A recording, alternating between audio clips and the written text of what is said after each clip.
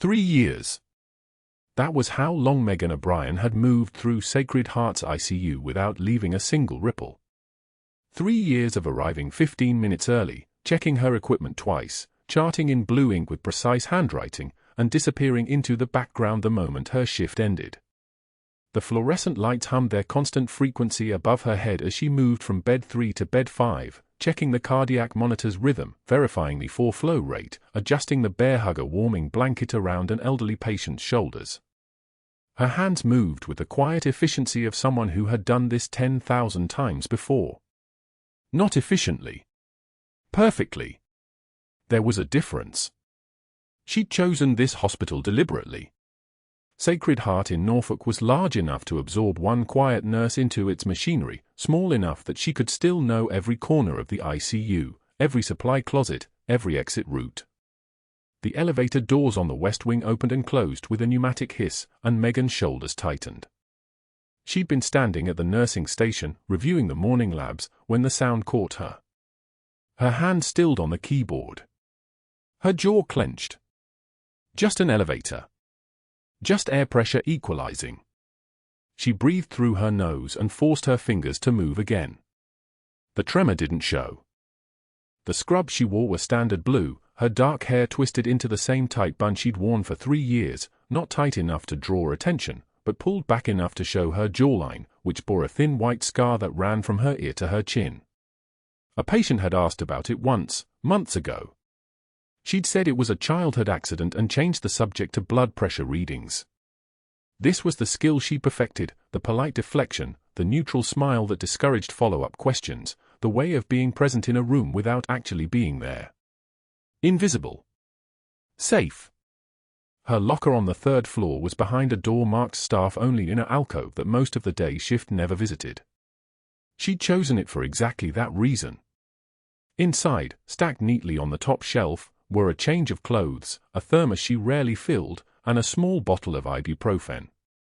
On the bottom shelf, tucked beneath a folded towel she never used, sat a pair of combat boots.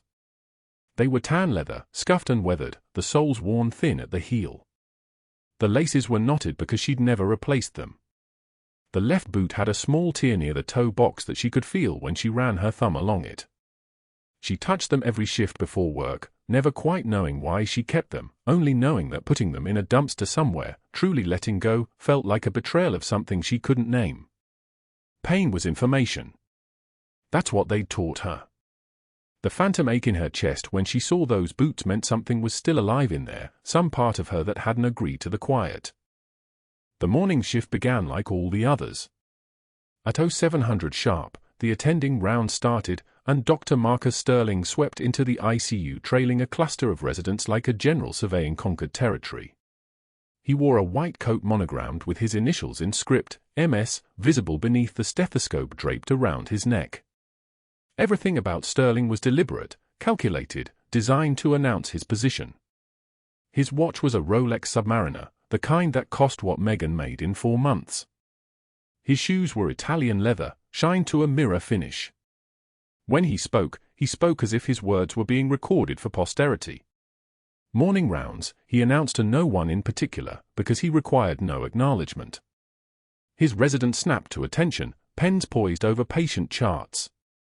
The nursing staff learned long ago not to make eye contact during rounds. It invited questions you didn't want to answer. Megan stood at the medication cart, organizing 4 bags with deliberate concentration, her movements mechanical and small. But Sterling noticed her anyway. O'Brien. Not a question. A statement. She looked up, and his smile was the kind a shark might wear while circling. Around them, the ICU continued its rhythm, monitors beeping, ventilators whooshing, the distant sound of an ambulance siren approaching the receiving bay.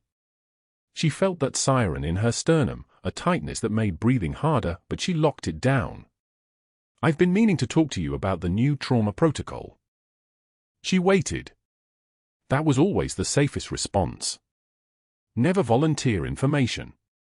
Never fill silence. Sterling gestured to the residents as if they were his audience, which they were. $50 says this one doesn't make it through the first week of implementation. He said it like a wager at a golf course, casual and certain. Too much responsibility for the nursing staff. Some people crumble under pressure. It's not a character flaw, it's just biology. His eyes met hers with the precision of a surgeon making an incision. Right, Megan? Some of us just aren't built for high-stress environments. She didn't respond. Responding would have been a mistake. He wanted a reaction, anger, defensiveness, tears. All evidence of the fragility he'd already decided she possessed. She simply nodded and returned her attention to the 4 bags. Behind her, she heard Sterling chuckle and move on to the next bed, already forgetting her, already hunting for the next small creature to poke. 3 hours later, the cafeteria incident.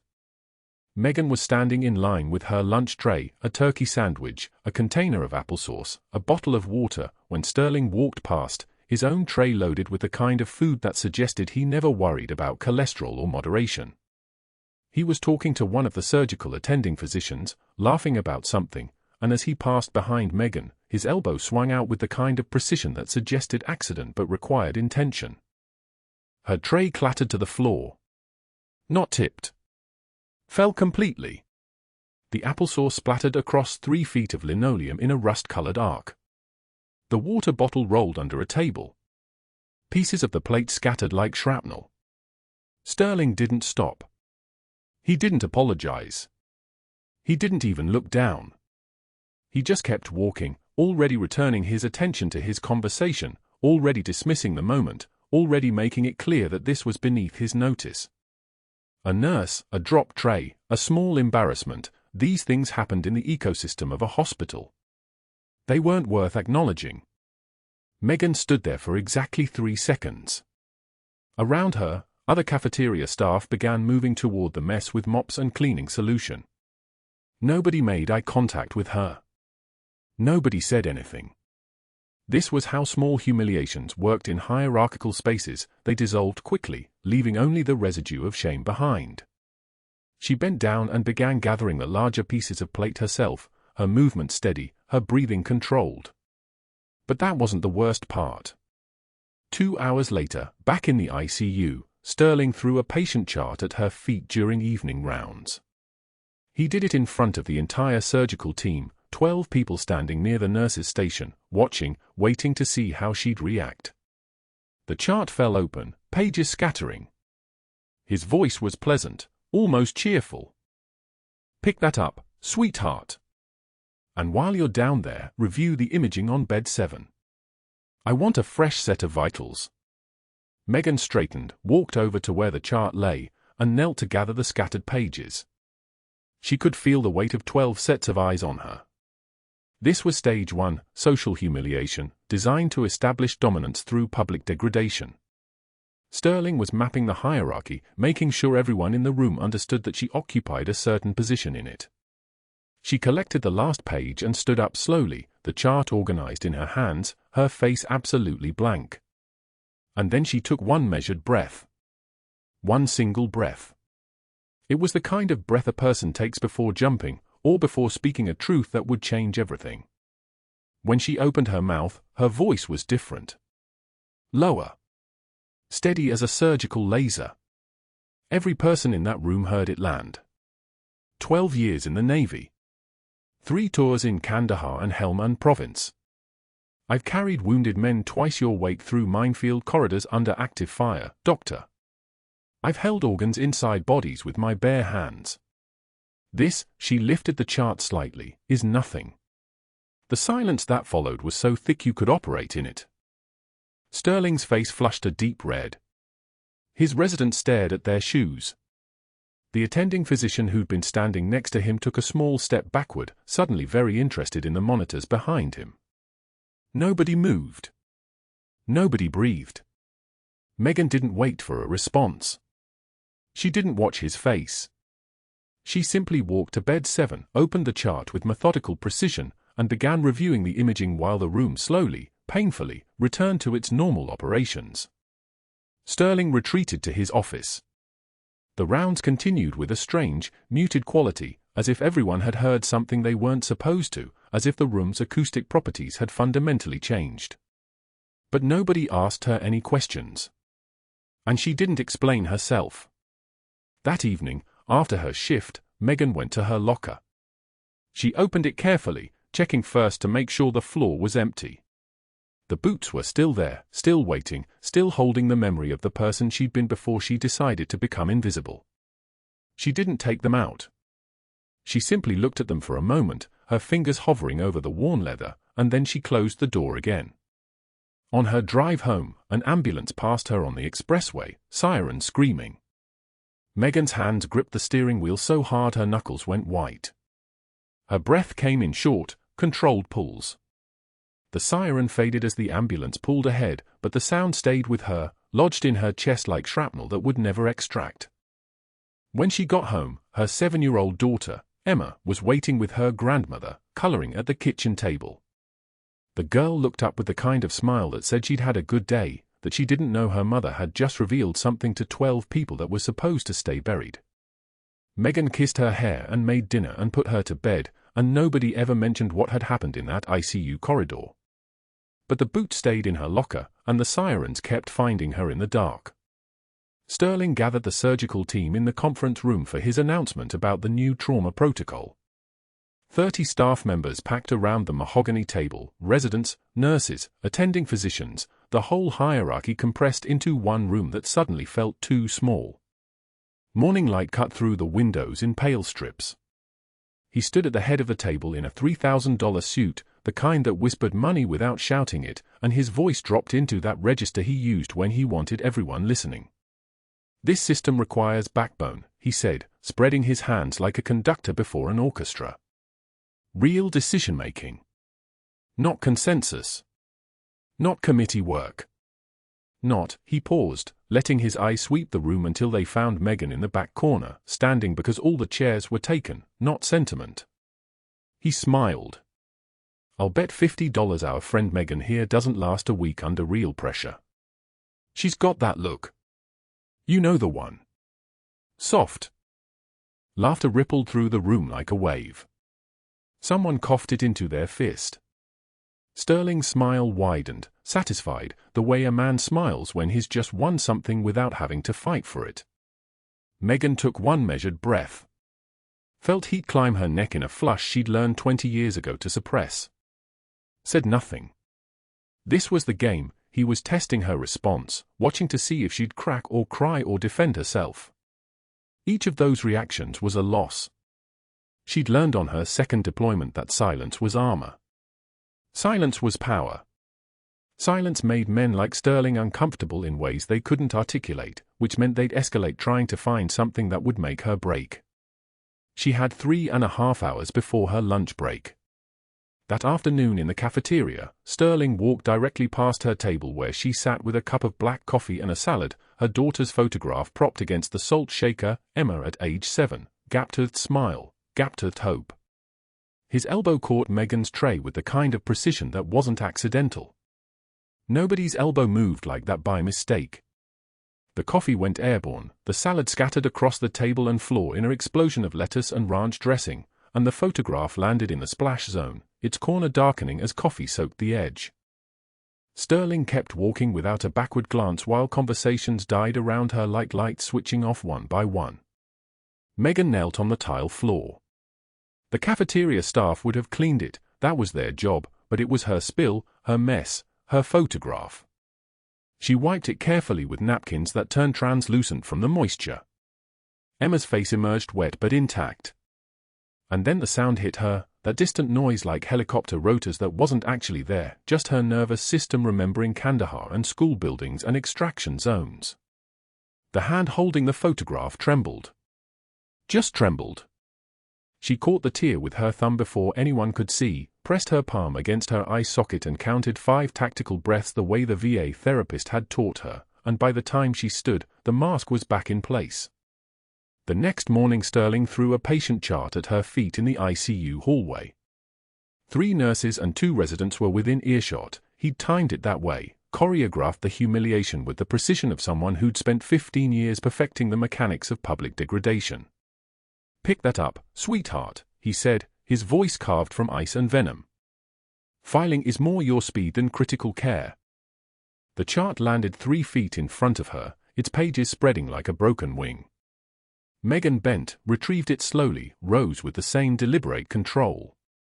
Her eyes lifted to meet his and held there steady as a laser sight. "I've carried wounded men twice your weight through minefields, Doctor." Her voice was barely above a whisper, the kind of quiet that made people lean in to hear it, that commanded attention through its very softness. "This is nothing." The room went dead silent. Sterling's smile flickered like a candle in wind. Something in his face shifted, some calculation running behind his eyes as he recalibrated his understanding of her, and then he reset it just as fast. "Big talk from someone who can't handle a busy shift," he said, but the bite had gone out of it. He walked away, but something had shifted between them, some boundary crossed that he didn't fully understand and wouldn't forget. That was when everything changed. Sterling began watching her differently after that. Not with contempt, with obsession. He started documenting things. Every time Megan stayed late, he noted it. Every time she checked on a patient without being asked, he wrote it down. Every time she deviated even slightly from protocol by prioritizing patient care, he made a record of it, building what he called a pattern of insubordination in the margins of his personal notebook, neat precise handwriting that looked like a hit list. He saw her dedication to patients as a direct threat to the hierarchy he'd spent 15 years cultivating, a challenge to his authority that had to be crushed before it spread. She was making him look bad by comparison, her compassion, her willingness to work 14-hour shifts, the way patients asked for her by name. It was an affront. It was insubordination. It was, he told himself, exactly the kind of undisciplined recklessness that would eventually hurt someone, and when it did, he'd be ready. Megan felt the shift like pressure building before a storm. She recognized the way his eyes tracked her movements now, the way he positioned himself to observe her work, the way he took photographs of her charts with his phone when he thought she wasn't watching. This wasn't just about ego anymore. This was about leverage.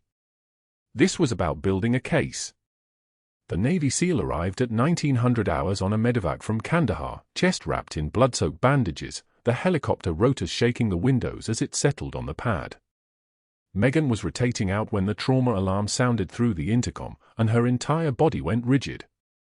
She froze in the stairwell, hand white-knuckled on the railing, counting her breaths the way the VA therapist had taught her, in through the nose for 4, hold for 4, out through the mouth for 4. The sirens did this. The alarms did this. Her nervous system was still calibrated for a war zone even though her body had been stateside for 3 years. She could leave. Her shift was over. She had every right to turn around and walk out those doors and go home to Emma and pretend she'd never heard that sound. But her feet were already moving back toward the ICU before her brain caught up with the decision. The patient was in Bay 7, chest wrapped in trauma dressings, IED shrapnel wounds from an improvised explosive device strike that had killed 2 of his team. The surgical resident was still assessing, hands moving with the competence of someone trained but not yet battle-tested. Megan moved to the monitor, began setting up the additional lines, and then she looked at his face and the world tilted. 20 years collapsed into nothing. She knew those eyes. She knew that jawline, the particular set of his shoulders, the small scar on his left temple that hadn't been there before. He'd been 9 years old in a bombed-out school in Jolin district, covered in dust and blood from flying masonry, and she'd been the corpsman who carried him 3 blocks under sniper fire to the extraction point. He'd grabbed her sleeve and whispered thank you in a voice made small by shock, and she'd whispered back that it was going to be okay, which was the lie you told children to keep them alive. Now he was a man, a warrior, dying in bed 7. Megan's hands moved automatically, calibrated by 8,000 hours of muscle memory she'd tried to bury. She set up monitors without speaking to him, adjusted 4 lines, checked the chest tube output, noted the fluid accumulation building like a storm inside his thoracic cavity. Her mind existed in 2 places at once, here in the ICU in 2024 and there in Kandahar in 2004, and the gap between them was closing. Sterling appeared at the foot of the bed, his presence making the air pressure change. "This one circling the drain," he said, his tone clinical and dismissive in equal measure. "Don't get attached, Megan." We're a hospital, not a miracle factory. She ignored him, checked the chest tube output again, 200 milliliters of serosanguineous fluid, the color wrong, the volume climbing. Cardiac tamponade. The fluid building around his heart with each passing minute, compressing the organ until it couldn't fill properly. The pressure was rising. The pressure was always rising. Sterling assigned himself as lead physician, which meant he controlled the decisions, controlled the narrative, controlled what happened next. Megan felt dread settle in her stomach like stone, heavy and immobile. She knew what was coming. She could feel it the way you feel a storm approaching, that pressure in the air, that electrical charge. The patient looked at her for just a second, and his eyes held a question he couldn't ask, and she held his gaze long enough to communicate something wordless and true. But that wasn't the worst part. The worst part was knowing that Sterling would never see her as anything but a threat to be neutralized, and he had 7 days to prove she didn't belong in this hospital at all. The Black Hawk touched down on Sacred Heart's helipad at 1900 hours with its rotors still turning, kicking hurricane winds across the rooftop. Megan heard the thud of the landing skids before the intercom crackled the words, "Trauma incoming." Navy SEAL, shrapnel wounds, Kandahar IED strike. ETA to Trauma 1, 90 seconds. She was already moving. The ICU had rhythm, predictable and controlled, but Trauma was chaos wearing a uniform. The elevator doors opened and the stretcher came through like a ship cutting through dark water, paramedics calling out vitals, the young SEAL's chest wrapped in blood-soaked bandages that had turned from white to rust in the 37 minutes since the explosion that killed 2 of his teammates in the same strike. Megan's hands caught the edge of the gurney without thinking. The SEAL's face was pale, eyes half closed, but something in the line of his jaw made her pause for a fraction of a second, something that moved through her like recognition traveling through time. She was 28 years old again, pulling a terrified 7-year-old boy from the rubble of a bombed-out school in Helmand Province, his small hands wrapped around her neck like he'd never let go. The same boy who'd looked back at her one last time as his mother carried him away from the forward operating base. Now he was 29 and bleeding out in Norfolk. "We've got him," the attending said, and Megan stepped back into the background where she belonged. But her eye stayed on bed 7 through the glass partition as they stripped away his uniform, revealing the wound site. Shrapnel had carved a path through his left anterior chest wall, and the bandaging beneath showed damage that made her breath catch despite her composure. The trauma team moved like they'd practiced this 1,000 times, which they had. 4 lines. Type O negative blood, 2 units running wide open. Chest X-ray. EKG. Cardiac monitoring. Dr. Sterling arrived at the trauma bay like authority itself had just walked through the doors, his white coat pristine, his expression one of controlled dominion. He didn't glance at the paramedic handoff. He looked at the monitor first, then the wound site, then back at the monitor again. Stabilize him. Get him to the ICU. Monitor for pneumothorax, mediastinal involvement, anything that suggests cardiac penetration. His voice carried the weight of someone used to being obeyed immediately. Over the next 6 hours, the SEAL's condition moved like a slow-motion collapse. The monitors told the story in waves and numbers, blood pressure starting at 110 systolic, dropping to 105, then 98, then 91. Each number a step down a staircase leading somewhere dark. The ventilator breathed for him in mechanical rhythm, steady as a metronome keeping time for a funeral dirge. Standard interventions came and went, fluids, antibiotics, pain management, the machinery of modern medicine humming and beeping around his bed like a church of technology. But something wasn't resolving. By 0100 hours, Megan heard the change in his heart sounds before the monitor showed it. She'd moved her assignment to post-surgical recovery 3 rooms away per Sterling's orders, but the glass walls of the ICU hid nothing from someone who knew what to listen for. His heart was muffled now, the way sound carries through water instead of air. The first sign. The warning bell. She documented it in her notes. Nothing more. At 0145, his jugular veins were distended, puffed out against his neck like they were being strangled from the inside, which was exactly what was happening. Blood was filling the pericardium, the membrane that wrapped around his heart like a second skin, and that sac had only so much room. Every milliliter of blood that accumulated was pressure.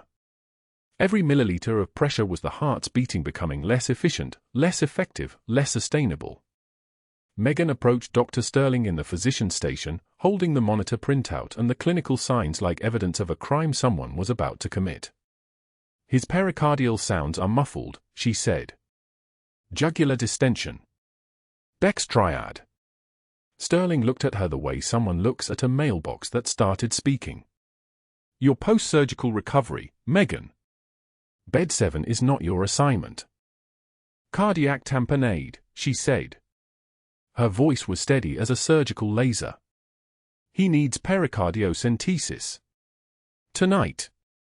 He set down his coffee with deliberate slowness, the cup making contact with the desk like a punctuation mark. His survival odds with that procedure are less than 10%. You understand that, right? Hospital protocol is explicit. We don't authorize high-risk interventions on futile cases. It's a liability nightmare. I won't be party to it. What he meant was clear, I won't be responsible for it. I won't have my record stained by it. I won't risk my standing over a patient who was always going to be lost anyway. Megan had heard this language before, though never in a hospital. She'd heard it in military briefing rooms when commanders decided certain operations cost too much politically to attempt, even when they might succeed. She understood institutional cowardice. It had a syntax. He's 29 years old, she said. He's a Navy SEAL. He?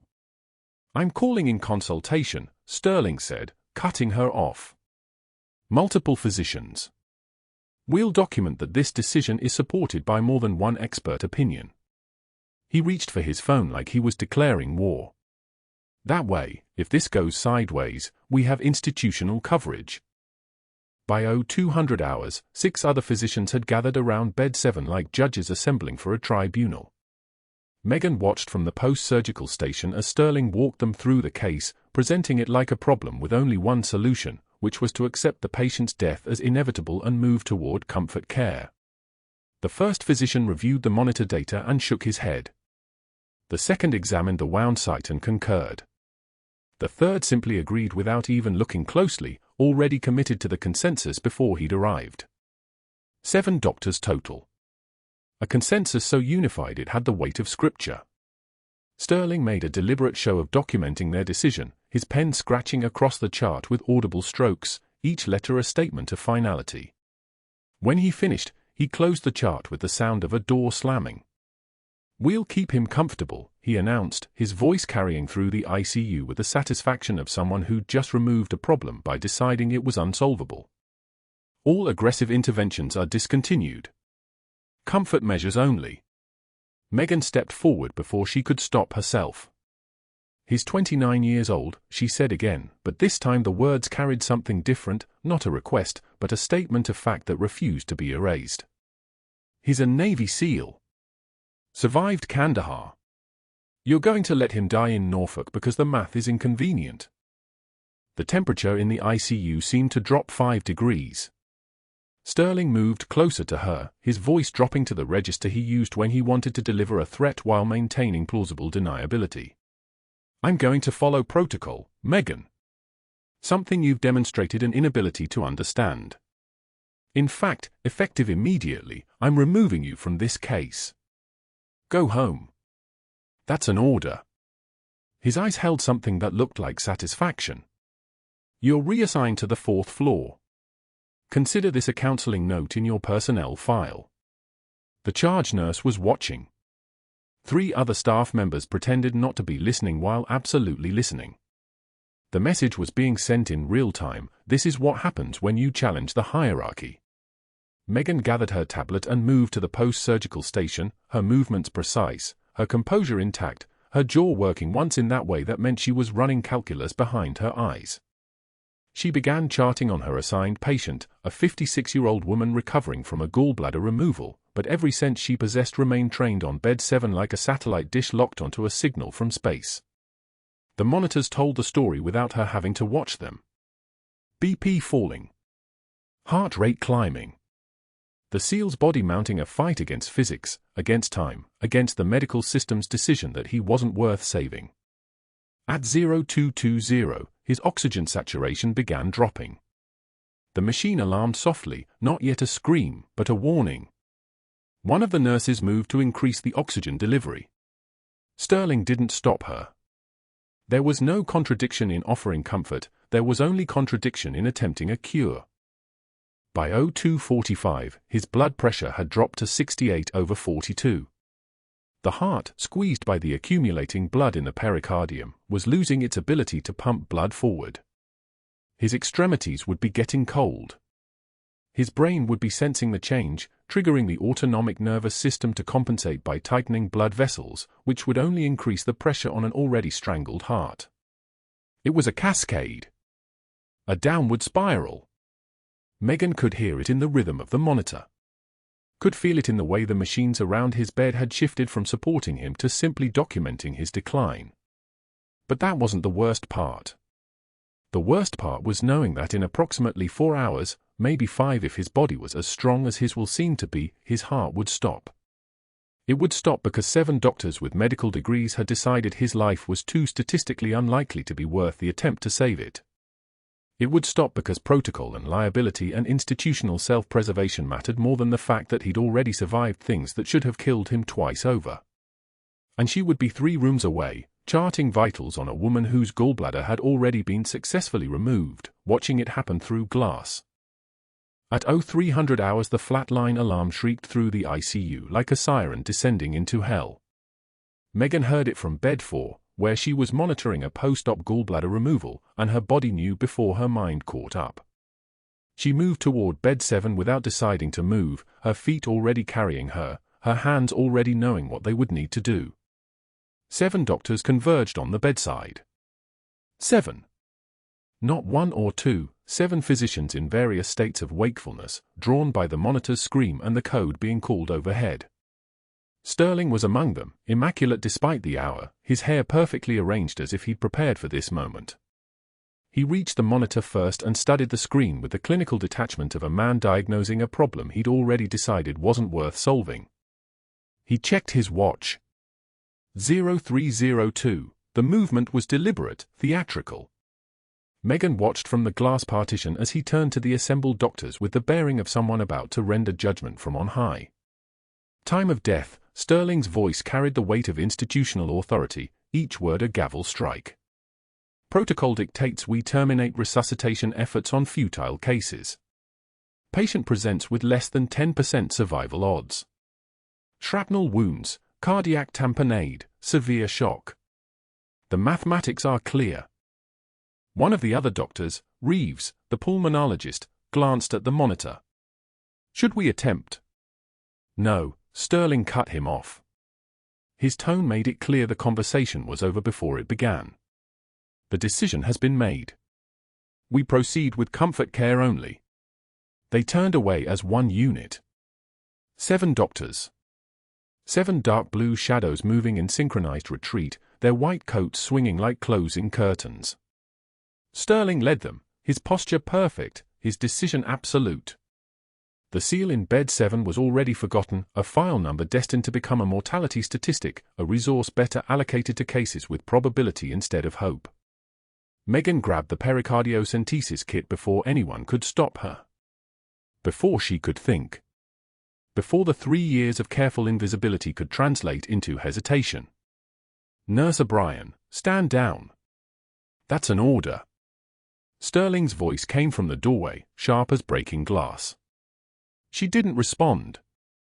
She didn't have time for words. Her hands moved with the muscle memory of 1,000 hours spent in field hospitals where the difference between life and death was measured in seconds, where protocols were written in dirt and survival was the only policy that mattered. She'd done this procedure in Fallujah with mortars falling, shaking the walls, with blood on the floor that wasn't entirely hers. She'd done it in a Black Hawk helicopter over Helmand province with the door gunner screaming coordinates and the rotor wash threatening to tear her off her feet. She'd done it in a collapsed schoolhouse in Kandahar with a 9-year-old boy's chest heaving shallow and fast while gunfire cracked overhead. This sterile hospital room was nothing. The antiseptic smell, The fluorescent lights, the clean white ceiling, it was a luxury she'd learned to work without. She prepped the entry site with the precision of hands that had performed this procedure 100 times, calculating the angle at the second intercostal space, mid-clavicular line, her fingers moving with the certainty of someone who'd never needed to think through the steps because thinking got people killed. The skin was already prepped, the area marked. She didn't ask for assistance. She didn't request permission. She did what needed to be done. The needle went in. The resistance changed instantly, that subtle shift in pressure that told her she'd reached the pericardium. Dark blood flowed into the syringe, thick and urgent, the pressure releasing like a valve being opened in a closed system. The monitor stuttered. Once. Twice. The waveform that had been flatline began to oscillate, to hesitate, to remember how to beat. O2 climbing. 62, 71. 84 was stable. The SEAL's chest rose. Shallow at first, then deeper. His body remembered how to breathe when the weight on his heart was lifted.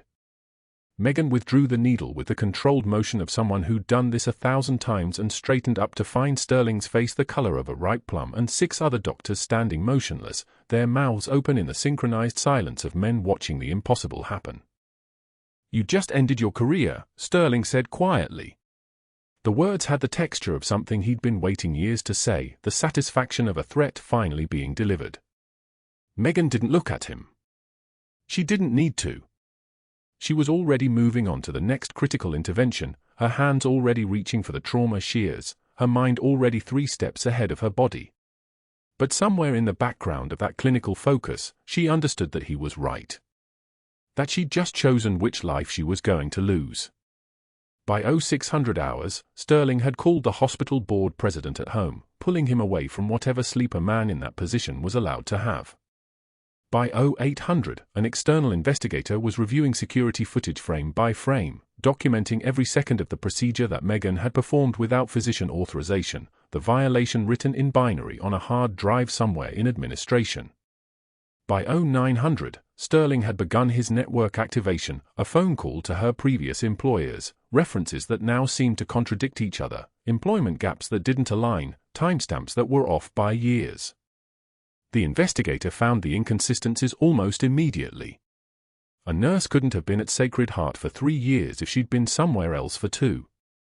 The background checks were clean, but the employment history was elastic, designed to obscure rather than reveal. Sterling's voice on those phone calls was smooth, reasonable, institutional, the voice of a man documenting problems, not creating them. Would they confirm her employment dates? Would they note anything unusual about her hiring? Was there anything they'd noticed, looking back, that seemed strange? By 1100, Megan was called to the administrator's office. She knew before she walked through the door what she would find, a man with a folder, Sterling somewhere in the background, and the word suspension already being typed into a termination letter. The administrator was polite about it. That was almost worse than if he'd been cruel. Cruelty she could understand. Politeness felt like being erased. "It's not personal, Ms. O'Brien.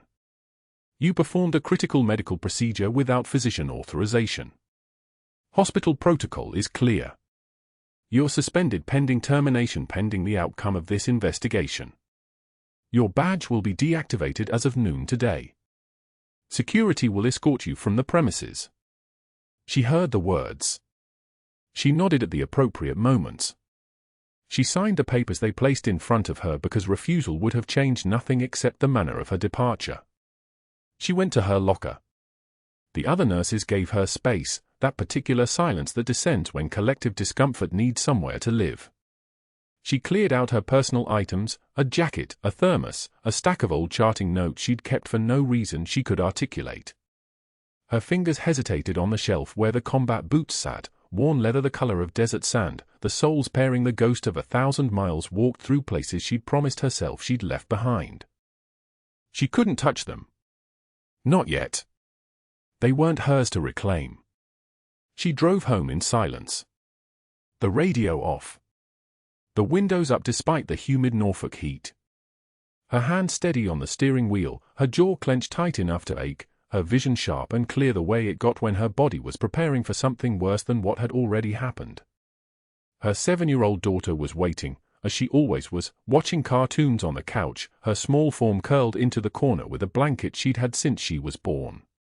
She looked up when Megan came through the door, and her face changed instantly, that particular shift in a child's expression when they sense that the world has just tilted. "Mommy? Why are you home early?" Megan made it to the kitchen table. She made it that far before her hand started to shake. Not from fear. Never from fear. The trembling came from something deeper, the collision of two versions of herself, the soldier and the nurse, the woman who'd learned to survive and the woman who'd learned to belong.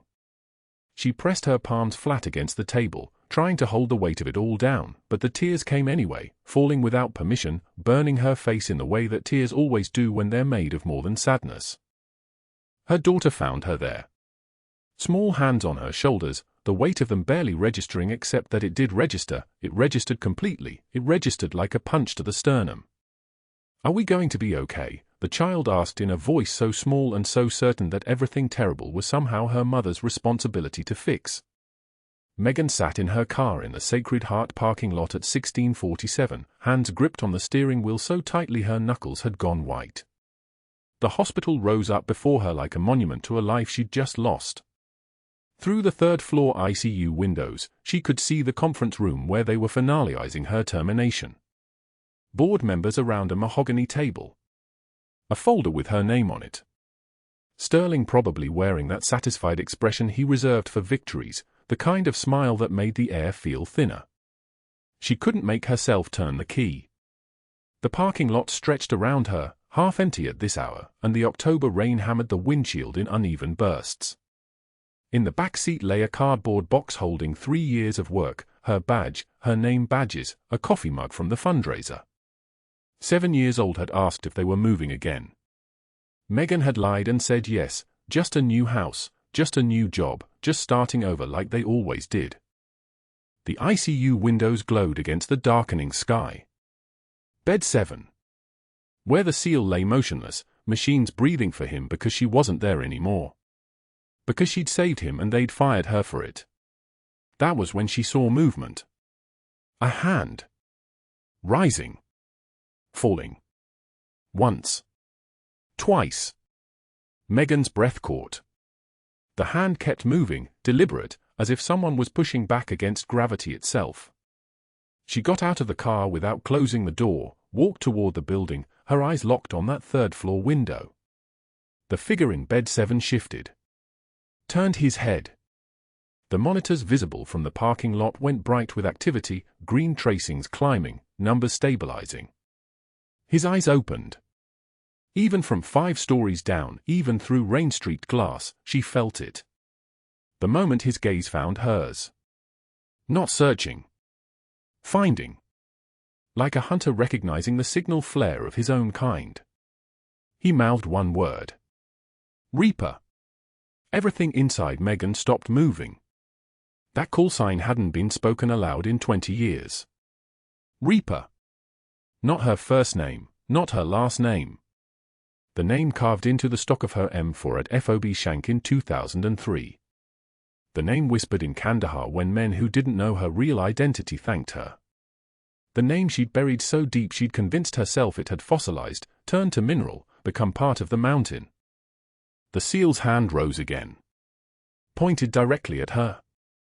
Then his teammate appeared in the window frame, and that man was pointing too, urgently gesturing. Shouting silently into the glass. Megan was moving before her mind caught up. Back through the ER entrance, past triage, up the stairwell, her legs remembering the muscle memory of running in combat boots, running toward gunfire, running toward the sound of people who needed saving. Her badge wouldn't open the ICU door anymore, but the nurse at the station took one look at her face and swiped without asking. That was mercy.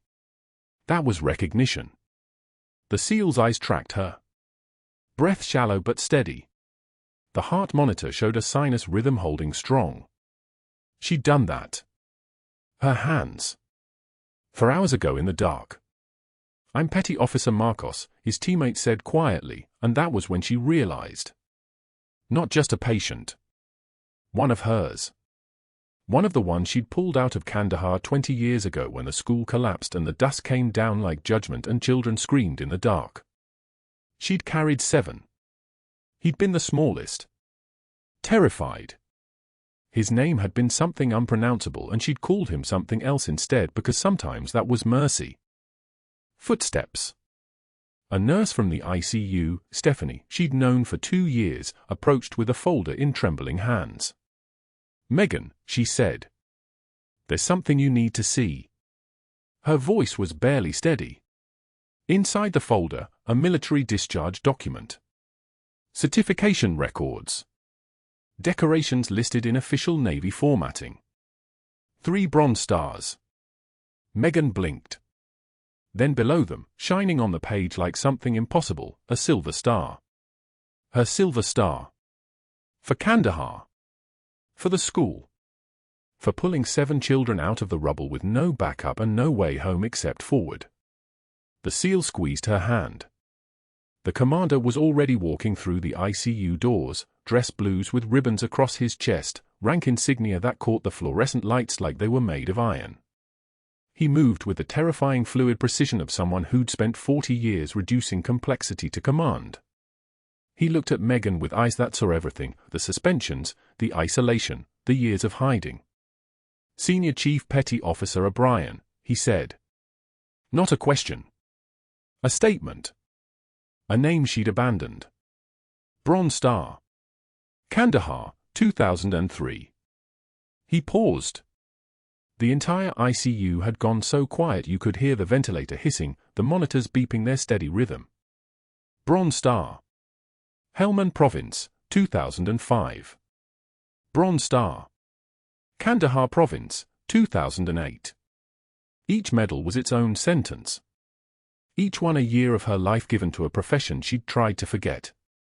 Silver Star for extraordinary heroism under fire while evacuating civilians from hostile territory. He stopped. Let the silence settle like dust. You never reported any of this on your nursing application. You never mentioned your service. You never told your co-workers. They called you a nurse when you were something far more dangerous. Sterling stood at the back of the ICU, his face draining of color like someone pulling a plug. His mouth opened and closed. The network he'd built, the calls, the connections, the carefully cultivated relationship with hospital administration, it was all collapsing in real time as he realized what he'd done. Who he'd fired. What he'd tried to destroy. That was when Rodriguez walked in. Rodriguez, the IT specialist from the basement server room, marine tattoo on his forearm, eyes like flint. He carried a laptop and moved directly to the board president who'd just arrived to observe the ICU situation. "I need to show you something," Rodriguez said quietly. He opened the laptop. Security footage filled the screen. The timestamp read 0300 hours. Megan in bed 7, SEAL's cardiac monitor flatlined, 7 physicians gathered around the bedside calling the case. Sterling's voice audible, time of death, and then the footage shifted. Megan's hands moving like they belonged to someone who'd performed emergency pericardiocentesis under fire in a medical tent with ammunition stacked 3 feet away. Needle positioning. Technique. The hiss of air escaping. The monitor responding. The SEAL's heart rhythm returning while all 7 doctors stood watching. While Sterling stood watching.